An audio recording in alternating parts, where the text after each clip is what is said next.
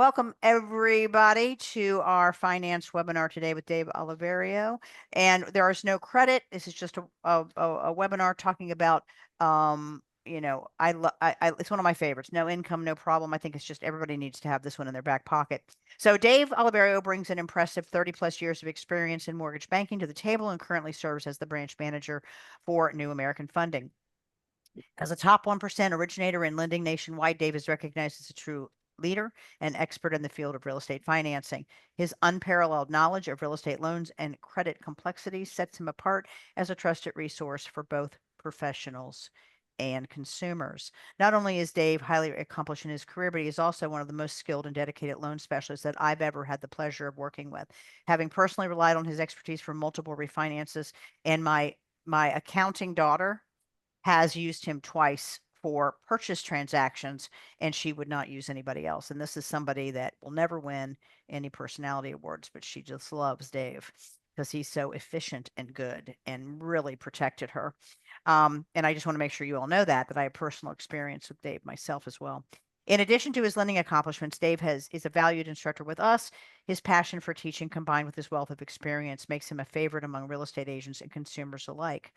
And we know that because we get thousands of glowing feedback reviews. So with no further ado, let's take it away, Dave, All and right, teach them Cindy. how to use this amazing Okay, tool. okay, and very, very, very kind words. And your daughter, quite frankly, your daughter has, I think, a very nice, pleasant person. Well, she Pleasant is. personality. She is. I mean, I'm her mom, Yeah, but she's very responsible and, yeah, but she doesn't usually favor people, you know. yeah. She's got that kind of accounting numbers personality, but she would never use another lender unless you just got out of the business and you weren't in it anymore. Yeah, but I feel the same way. Yeah, I feel the same way. There's something about you, Dave. I don't know exactly how to put my finger on it, but it's the care that you give. You're like an unsung hero.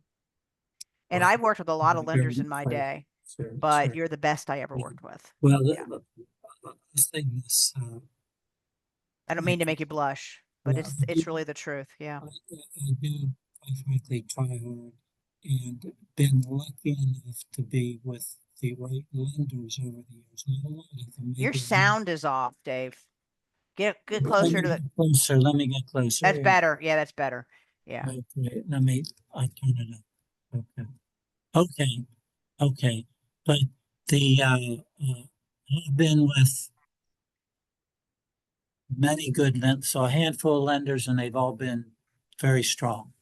And I don't care how hard you try or what you know or whatever for a loan officer, if you're not with the right company, you're going nowhere.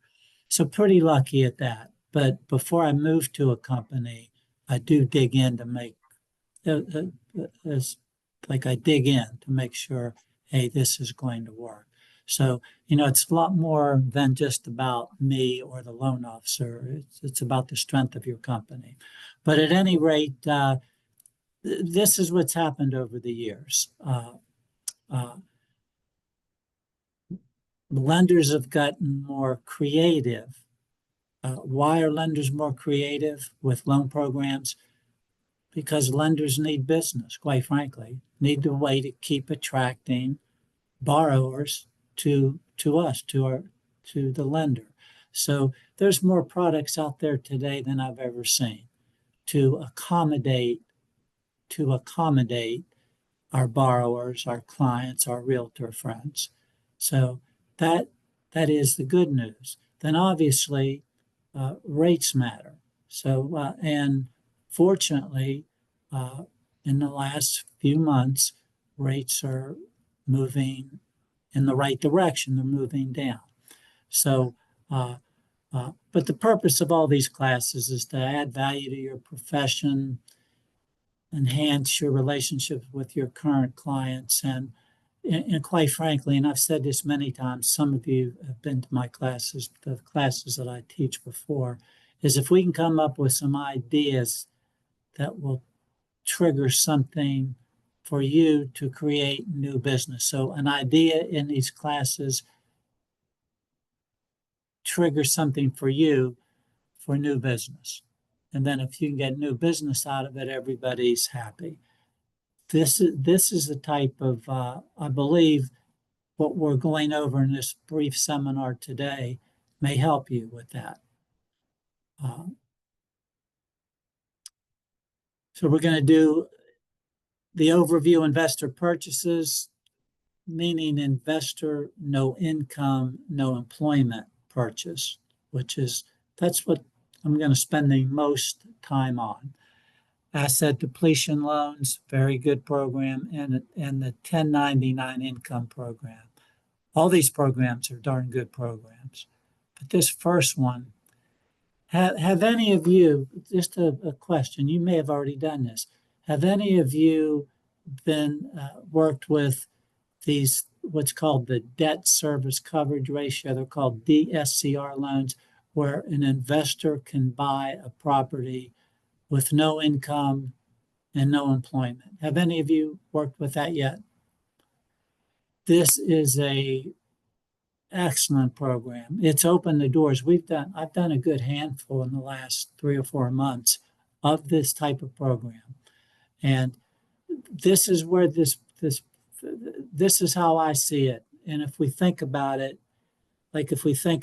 you may know some people that are in this position.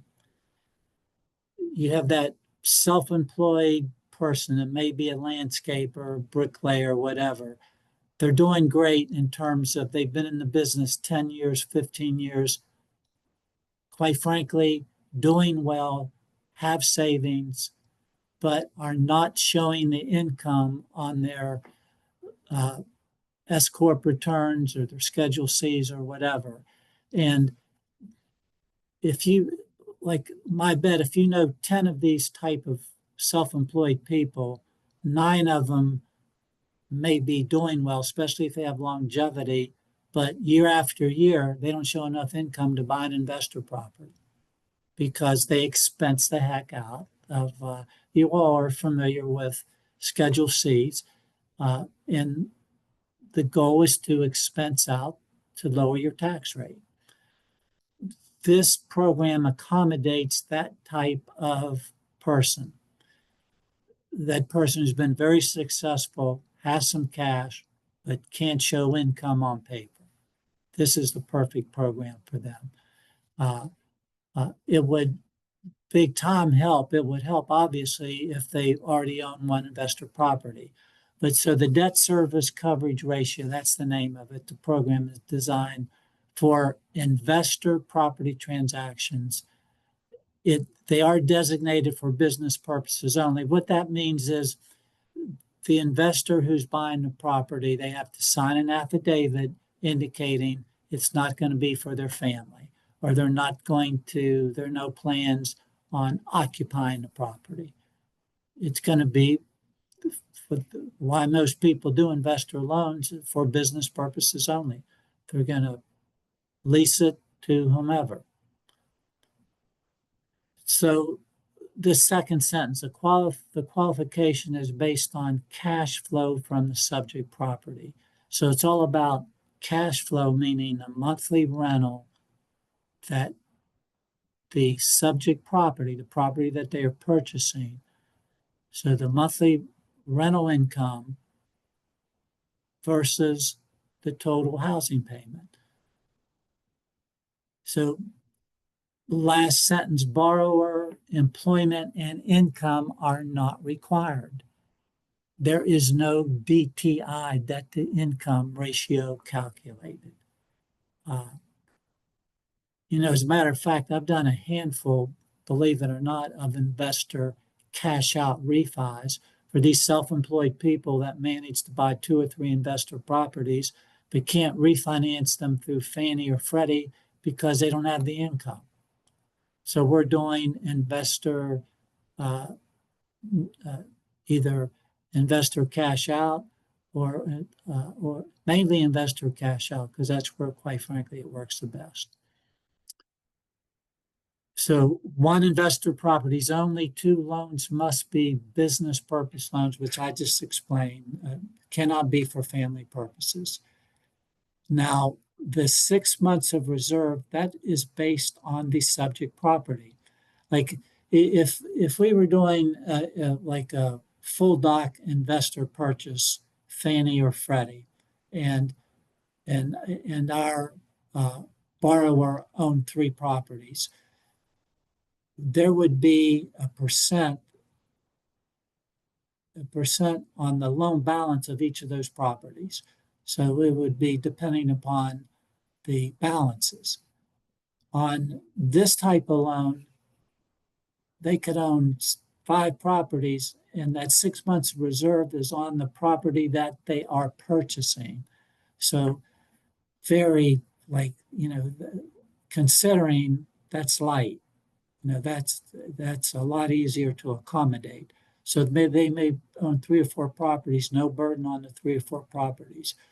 Do we look at, let's say they own 2 or 3 properties, do we look at a Schedule E to see if what their losses are on those 2 or 3 properties that they currently own? No, because it's a no income, no employment, no DTI. So no pressure on any properties that they do currently own. Now, this is important. The minimum debt service coverage ratio is 1.0. What that effectively means, if you can generate $4,000 a month on your rental property, your PITI cannot be any higher than $4,000 a month. They will go 0.80 as a ratio. What that simply means, with 30% down, what that simply means, if you have a $4,000 rental income, you could have a $5,200 total housing payment, and it would still work. So, quite frankly, that's all they're looking at. Income for the subject property generates, PITI. And if those fit, and of course you have a credit score, so those fit, you have a credit score, you have 6 months reserves on the subject property, everybody's happy. Now, on this program, 12 months of housing history on the primary residence is required. So they want 12 months housing history on primary residence. And this last sentence, that's no big deal. Insurance must include 6 months rent loss coverage. That's a few bucks. Credit scores are really pretty liberal on this program. Minimum credit score 660. Obviously, 740 and above, it works a lot better in terms of interest rates. First-time home buyers not allowed. That means if they don't own a primary property, they're not allowed. If they do own a primary property for 12 months, even though they do not own an investor property, that is allowed with 30% down. So as long as they own a primary property, they can be a first-time investor, but then they're looking for 30% down. But they literally have to own a primary property. So if it couldn't work with your self-employed person who owns a primary but is looking for their first investor property, that has some cash, 30% down.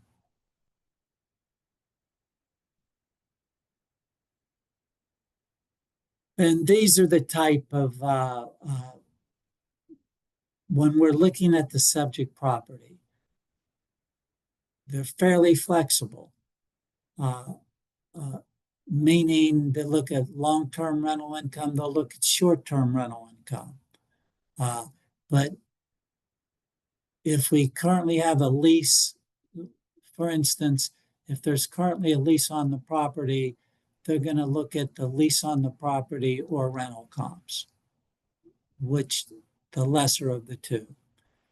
Like I said, we'll consider short-term rental income, and the appraiser, for instance, if they're doing well on short-term rental income, like these Airbnbs, they'll take a look. We'll take a look at the last 12 months of rental income and use that.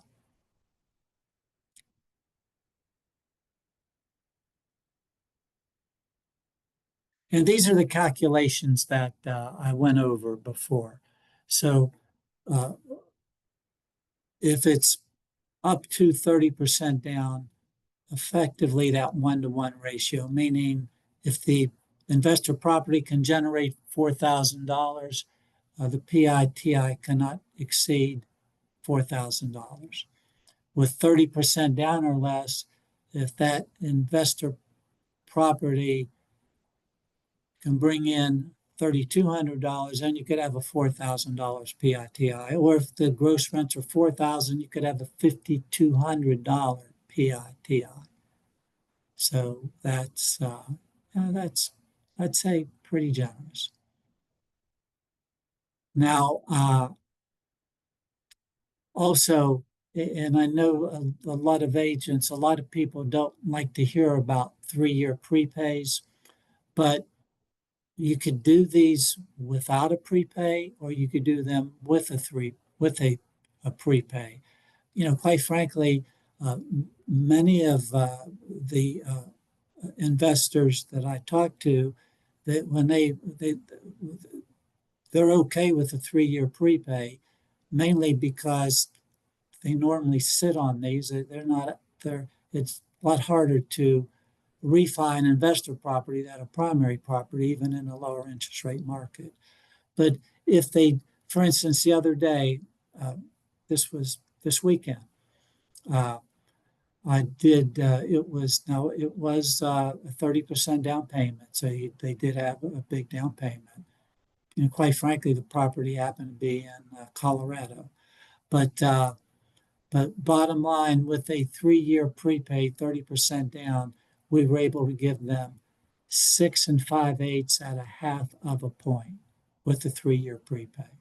Now, if we weren't going to do the prepay, it would have been like 6 3/4 to 6 7/8, like at a 1.25 to a 1.5. So, of course, our investor said, "Hey, like he has other investor properties." He said it's rare when he refinances an investor property. So a 3-year prepay can make a difference. But even without a prepay, they're really not priced badly. So if you could get in the high sixes with maybe a point and a half, and compare it to a Fannie Freddie loan, you know, really pretty good considering no income, no employment. So once again, priced pretty competitively. Like we're not talking about 7.5, 7 3/4, 8%, 8.25. We're talking about in the high sixes without a prepay.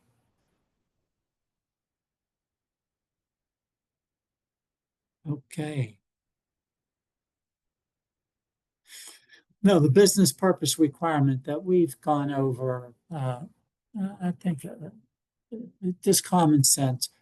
In an investor, like if they're going to buy an investor property, you could bet it's going to be for investor purpose, business purposes only. But in this type of loan, they literally have the borrower sign an affidavit basically indicating they're not going to occupy it and they're not going to allow family members to occupy it. So that obviously as long as they're making payments on the loan. So more or less they want arm's length transaction.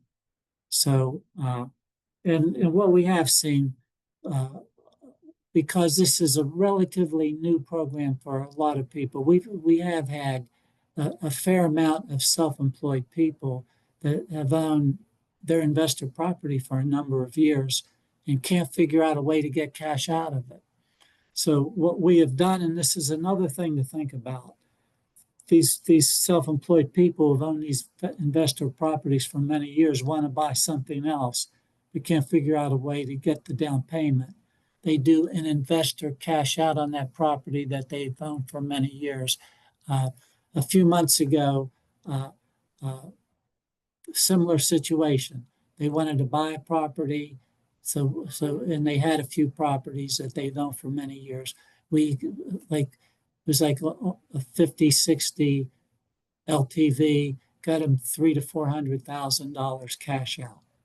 And what they do with that $300,000 to $400,000 cash out, they purchased another investor property. with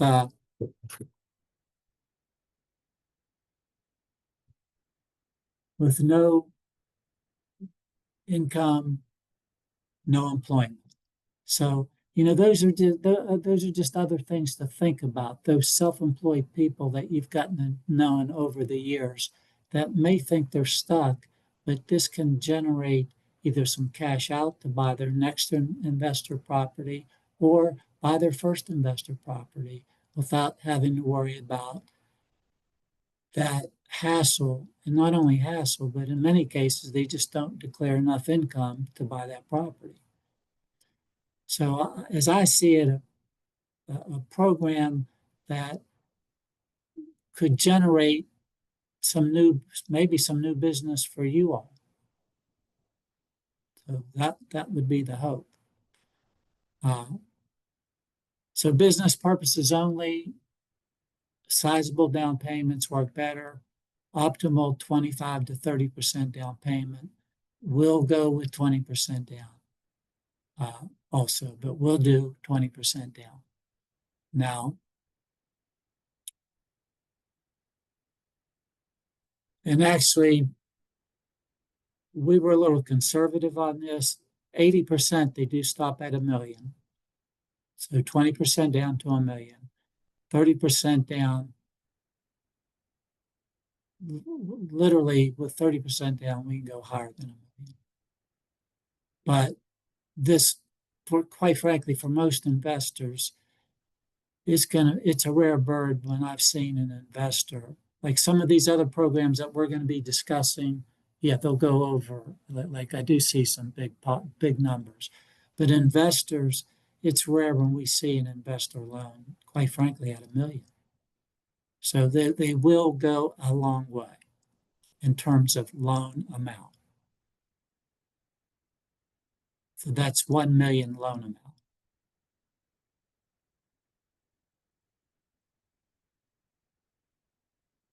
And this is a cash out refinance LTVs. And there is a limit on maximum cash out of $500K. But that could take you a long way. And what I've seen, and it's like ebb and flow, but what I have seen is a fair number of these investor cash out are these self-employed people that are searching for a way to buy their next home and can't get the money out of their investor properties because they don't qualify because of their income. This is where this works. I think this is a solution.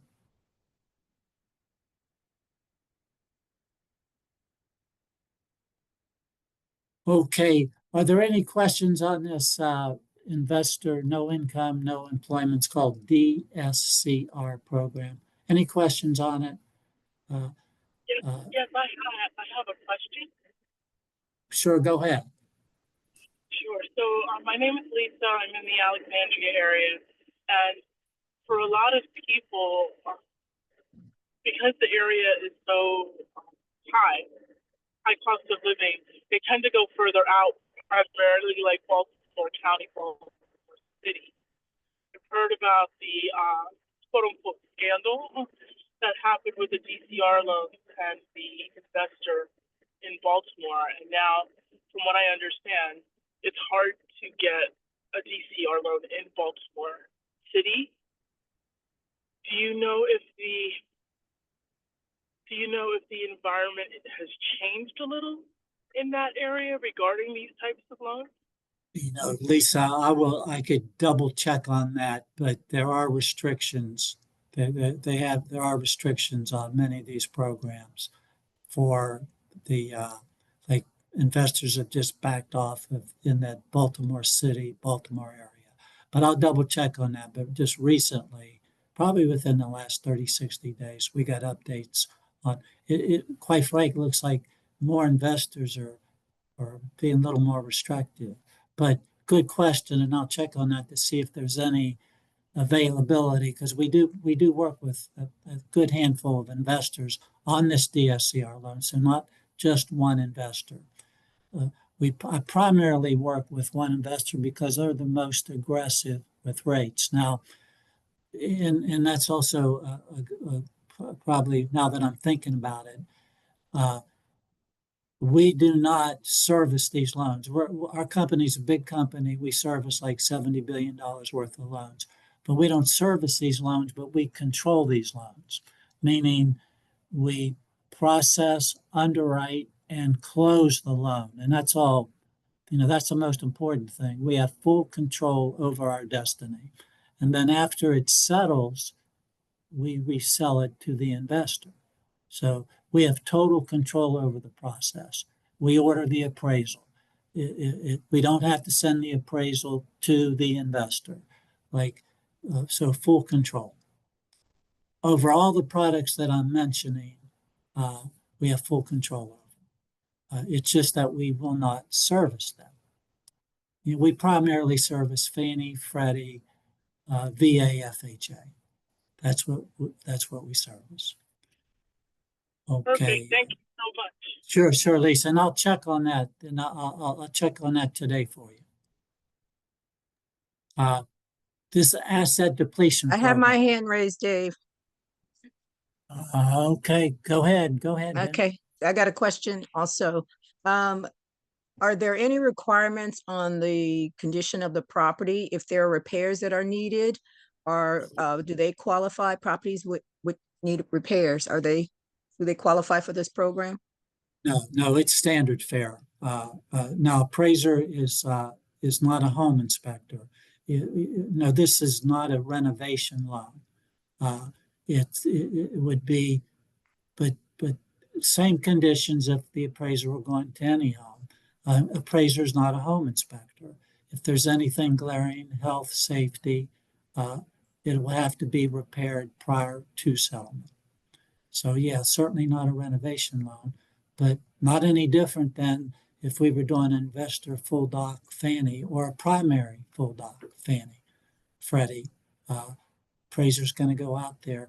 And what I've seen, maybe fairly lucky, but over the years, it is more than rare. Of course, we're in a cookie cutter area, but it is more than rare when appraiser comes back with conditions on these, especially on conventional loans.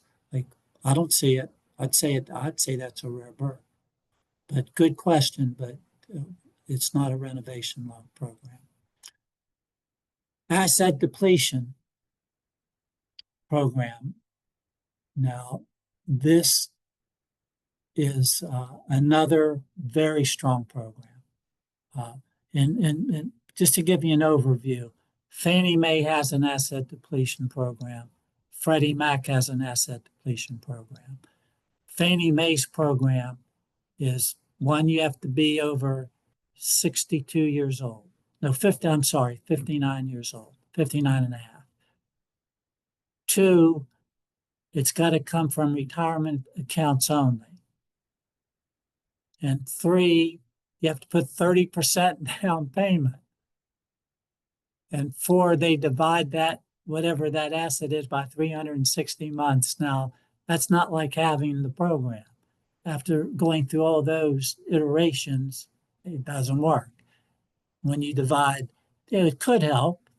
If you have $1 million afterwards and you divide it by 360, you can get a few bucks out of that.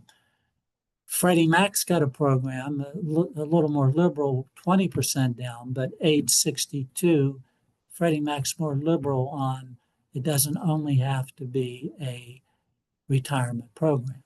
Okay, but then they divide the asset by 240 months, like 20 years.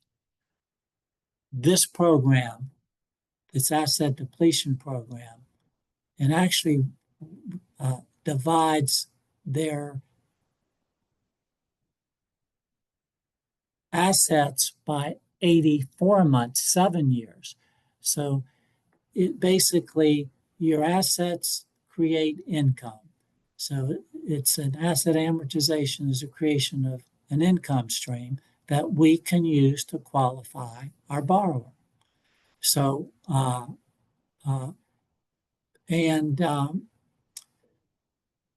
also what's good about this program is, let's say they're on pensions or on Social Security. we could use their pension, their Social Security income, or if they're working and not making a lot of income. So we can use that income, plus we could use their assets as another means of income to add to that source of income, to add to their pension income, to add to their Social Security income. And the neat thing is we divide that by 84 months. No age, there is no age requirement. They don't have to be 59 and a half. They don't have to be 62. No age limitation. And that's, that's darn important because obviously if there's an age limitation, you cut out a heck of a lot of the market. So there is no age limitation on this asset depletion program. So that's pretty good. But just as an example, and then some of you may say, well, 840,000 is not chump change, which it's not. But believe it or not, there are people that have some assets in this area. So if we were just using that 840, the reason I used 840 because it was simple. So if they have 840 in eligible assets, you divide that by 84 months. That's another 10,000 a month you have, plus whatever pension, whatever Social Security that they have. If they have 400,000, you divide that by 84 months, you have 4,761 per month. And then, of course, W-2, Social Security, pension, income, that you add that to. So it can help. And, we've done, quite frankly, working on one where newly self-employed, haven't been self-employed a year yet, even though in the same field, haven't been self-employed a year, happens to have, fortunately, $1 million after closing. So 84 divided by that million, we're in the ballgame. These are some of the eligible assets. And this is the neat thing. Can use checking, savings, CDs, money markets, 100% of that. Like marketable securities, mutual funds, stocks, these can use 80%. Retirement account, 70 to 80% for retirement accounts. Cryptocurrencies at the moment, light at the moment, but very flexible, 100% on depository, marketable in a mutual fund account, 80%. Retirement accounts, 70 to 80%. So very flexible on the assets that we can use as income.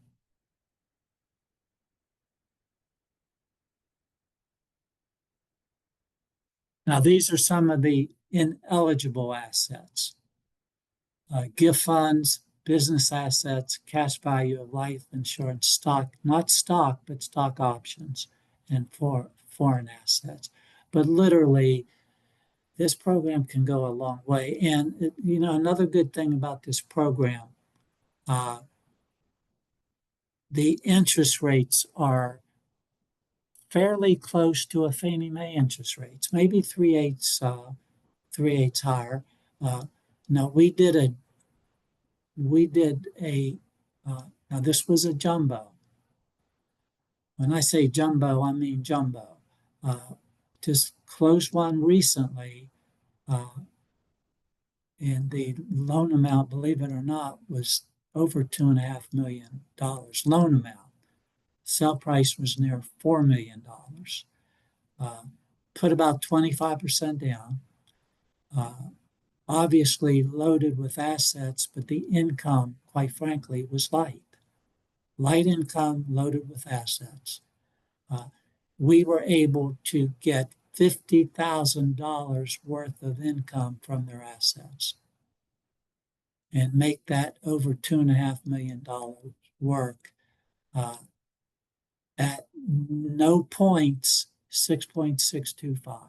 No points. Not bad. That was not bad. Now their credit scores, their credit scores were high. They were 780. Now that perfect candidates that wanted that big home had the assets, but bottom line, you see, this is what I said earlier when we started this. These are programs that could generate maybe like have you start thinking about, hey, who do I know or where could I go for people that may be in this box where they couldn't figure out a way to buy. Now we could figure out a way to find a home for them because of these programs. I think that's where these programs can make the most sense. Opens new avenues of business for you, the realtor. Uh, uh, and I do like that DSCR because you can bet if they're self-employed and they've been self-employed for many years, most likely they have the assets, but you could also bet they're not going to show the income. This asset depletion is for primary properties and second homes. It's not for investor loans. So this is for primary properties, effectively, and second homes.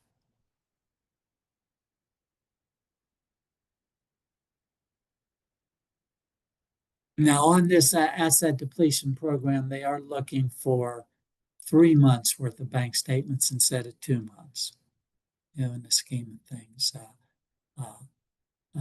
And quite frankly, that's in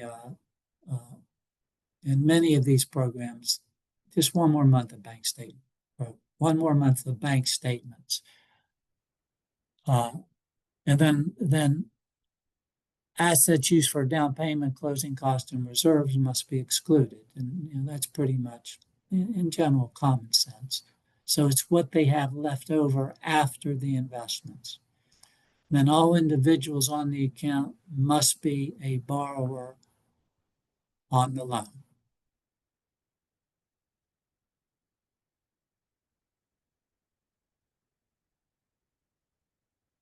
Yeah, so actually 80% to 2 million, 75% to 3 million. But I'll update this, but now that's with to get to 3 million, they're going to have a minimum of a 720 credit score. But it's super liberal in terms of what can you get? 80 to 2, 75 to 3. Well, and you see, this is another thing too, that, and I've been with many good companies, but what I've seen with the company that I'm with now, quite frankly, is they go for it. For instance, many companies, which I can certainly appreciate, once you get to if you're doing a jumbo program, once you get to 2 million or more, it's like, hey, we want the investor to see the appraisal. We want the investor to give its final blessing, meaning the investor will underwrite it. Fortunately, with the company that I'm with now, they go for it. Just like this loan that we did over $2.5 million. Obviously it's delegated, but we reviewed the appraisals. There had to be 2 appraisals. We reviewed the appraisals. We made the decisions. We closed the loan. We know we confident enough and big enough to do those things. So that's where this company has been. I haven't been with them 2 years yet, but what I've seen is progressive. They are progressive companies. But like I said, and there are many good companies out there. This is one of the good companies. Okay. The 1099 income program, the reason I'm taking a look at this program, because We do have bank statement program, but our bank statements program, they whip the heck out of, for instance, one, you need to do 12 months of bank statements or 24 months of bank statements. Two, they're nitpicking every deposit, withdrawal. Three, they may make you take 50% of whatever those deposits are. So they're more of a pain in the neck than it is worth it for you and your client. This 1099 program is simple and it works.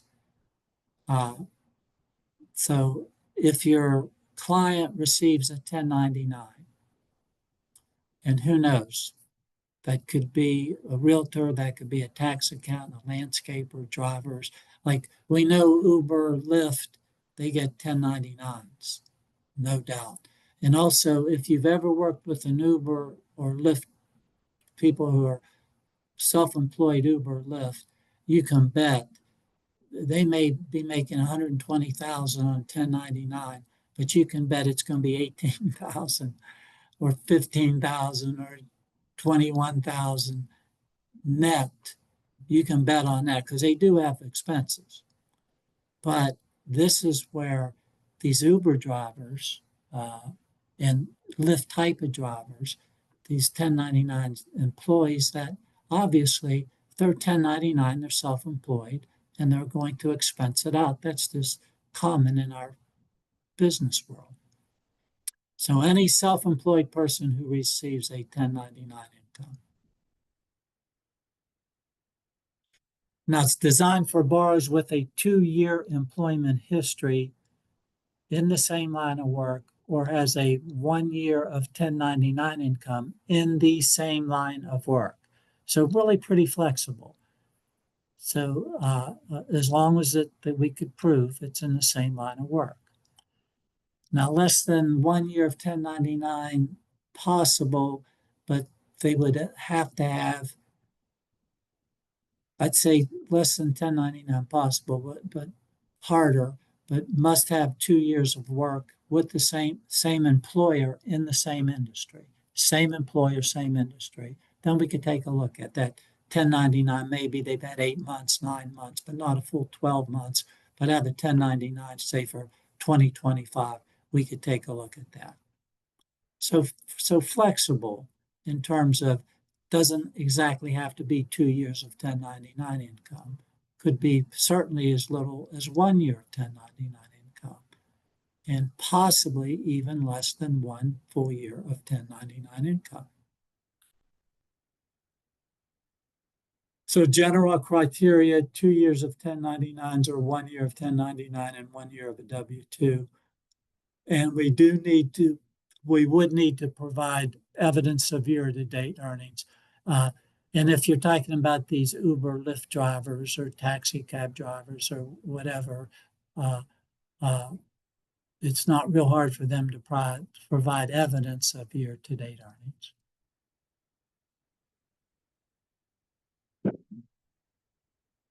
So when we do look at it, we would look at their year-to-date income and their most recent year of 1099 income. So that year-to-date income is important, especially when you get to the second half of the year. Now, this is what is a lot friendlier than the bank statement program. So if they're Schedule C, we back out 10% for expenses. If they're an LLC, they have it in 1065 LLC, we'll back out 15%, but that's a heck of a lot better than 50%. So we do back out for expenses, but in the scheme of things, nominal. And we're not driving them crazy with 12 months of bank statements or 24 months of bank statements.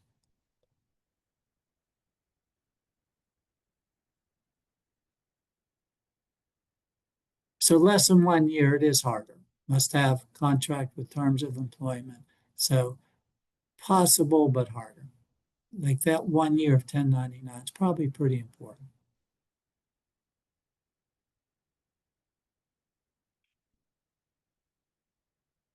And so LTV is 85 to $1 million. 80 to 2 million, minimum credit score 700. And these programs also, considering it's 1099. Now, this is for primary residents only, but they're also what I would say competitive, meaning maybe 3/8% or so higher than what they could get on a Fannie Freddie. Let's say 0.5%, but it's 1099. But still today in the high sixes. So in the scheme of things, workable. But these are now there are other programs out there that are favorable, and quite frankly, many lenders like us have these type of programs. Like of course, we're not the Lone Ranger, but what lenders are trying to do, obviously, in the lender's best interest, the more programs you have, the more business you can bring in. But what it does, the result of it, it could create new business for you. That's the result of it. Come up with some ideas on these programs. And I think these 3 programs may be able to generate some income. But it's just like, not to get, let's see what we got here.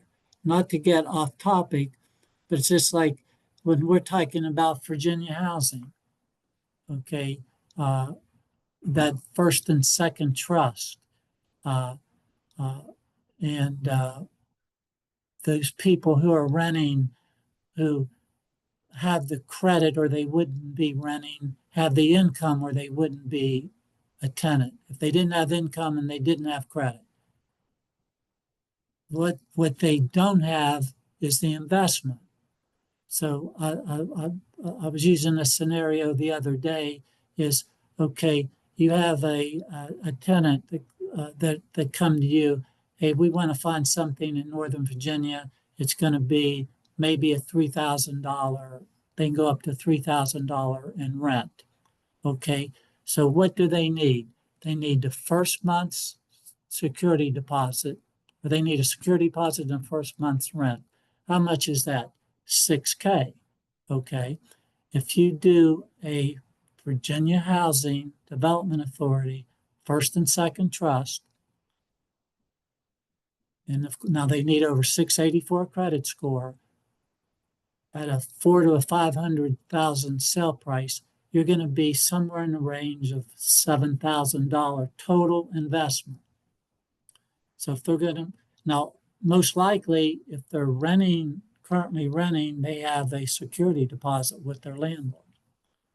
So they come to you, hey, we can't afford it. We have to rent. We need something for $3,000. They have to have $6,000. They're pretty darn close on a Virginia housing development loan with the first and second over 680.